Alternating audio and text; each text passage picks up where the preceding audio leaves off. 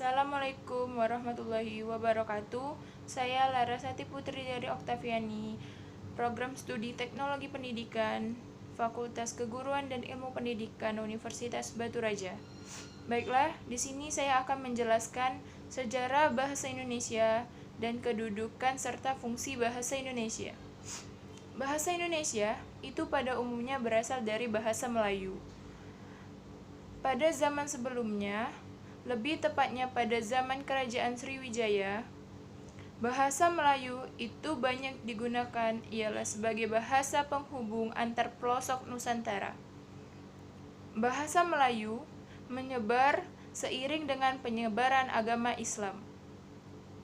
Keputusan Kongres Bahasa Indonesia II tahun 1954 di Medan menyatakan bahwa bahasa Indonesia ialah berasal dari bahasa Melayu.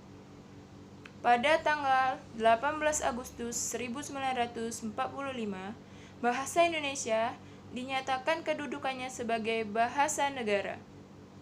Disebutkan bahwa bahasa negara ialah bahasa Indonesia.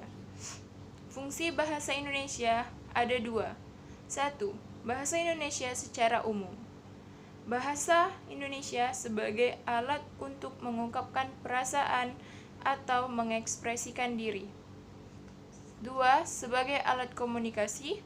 3. Sebagai alat berintegrasi dan beradaptasi sosial.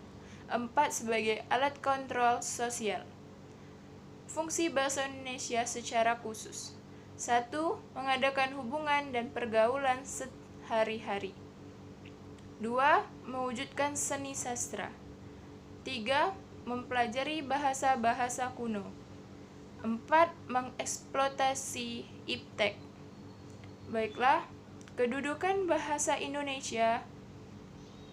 Yang pertama, sebagai lambang kebangsaan nasional.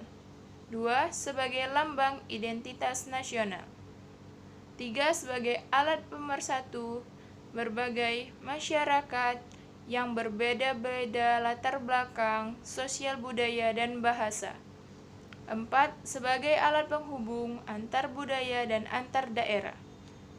Sumber yang saya dapat untuk penjelasan ini terdapat pada Google di website gurupendidikan.co.id. Saya akhiri, wassalamualaikum warahmatullahi wabarakatuh.